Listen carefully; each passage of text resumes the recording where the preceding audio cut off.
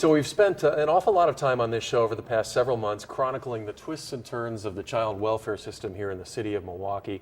Sue Conwell, a local child advocate and executive director of Kids Matter, Inc., has been an invaluable resource for us over the course of these several months, and she is here today with a special guest, Jessica Holden, a product of the child welfare system here in Milwaukee and recent winner of the prestigious Horatio Alger Scholarship Award. Jessica and Sue, thank you both for being here today. Thank you. So it is kind of refreshing to be here under different circumstances, because we've had a lot of horror stories coming out of the child welfare system over the last year and frankly over the past 15 years.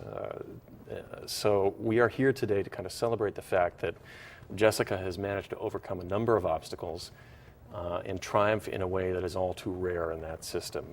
Sue, I don't know if you want to start maybe and just kind of explain where Jessica began in the system and how we got here. Sure, but actually, Paul, I'd like to say one thing. First of all, a lot of the horror stories are about adults in the child welfare system. They're not really about the kids. And whenever I ask young people what message they'd like to get across, they say, tell them it is not my fault. I came into foster care when I was 2 because of something that happened.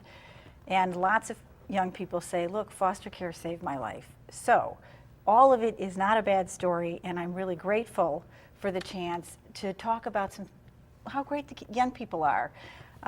Jessica is not only a Horatio Alger Scholar, which I hope she gets a chance to talk about because it's a wonderful experience. She's also a Dell Scholar. She's really got a full ride to Northwestern. She's a poetry champion, a national forensics champion, and I'm leaving out a lot of things. So maybe we can let Jessica tell some of her own story. Well, yeah, you're leaving for Northwestern soon. Yes. And you're going to begin your college education. It's got to be a very exciting time for you. It is. It's just my opportunity to start fresh and create my own mark on our world. When did you find out that you had won this scholarship from the Horatio Alger Association? I found out in March, and they actually called me, said, hey, you know, you won $20,000. How do you feel?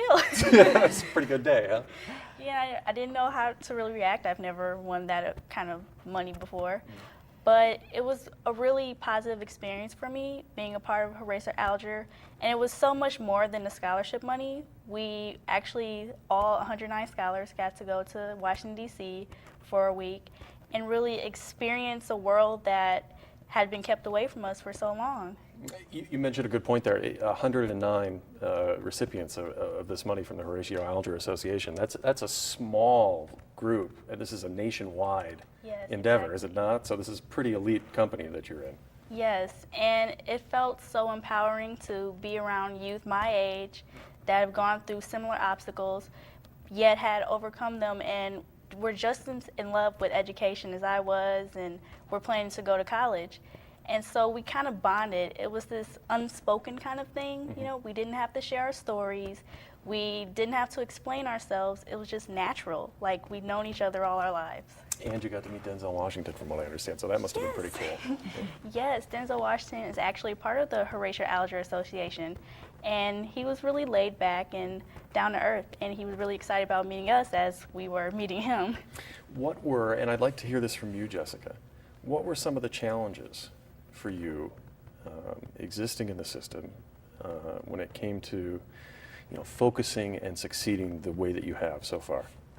Well, I entered the foster care system when I was 10 years old. My mother suffers from a mental illness, and it was really difficult, number one, being so young and not really understanding all that was happening around me, and going to foster home, different families, different situations, different personalities, not really ever feeling at home. It's got to be tough, I would imagine. I mean, I get uncomfortable visiting my relatives, much less moving into a strange house with a strange family. But I would imagine that going through that experience gives you a unique set of skills when it comes to dealing with the world. Yes, I've really thought about this, and there's nothing I would change about my life. It may not have been the picture-perfect life that people expect or want for themselves, but I gained valuable knowledge about the world, and I gained real life experience that even my friends who had both their moms and their dad and a supportive family haven't really received. Sue, I know that your organization was instrumental in helping Jessica get to this point. Well, actually, we're part of Team Jessica.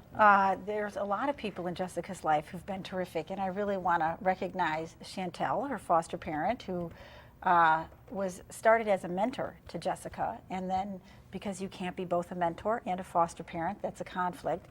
Though she was going to school herself, took all the classes to become a foster parent and opened her home to Jessica, and that's been a really wonderful experience for her. We have a court-appointed special advocate volunteer, Yes. Ashley, who has really helped, I would say, with breaking down those obstacles. Jessica's really been a path breaker. One of the challenges in foster care is that we're more willing to pay for drug and alcohol treatment than we are for advanced placement classes, or in her case, international baccalaureate classes. So Ashley really helped make sure that all those things that need to happen to help kids be a success, that she didn't have to fight that battle, that there was somebody to do that for her. Well, here's a larger question for you. How do we go about using Jessica's experience and the sort of assistance that she received? How do we go about making that more the rule rather than the exception?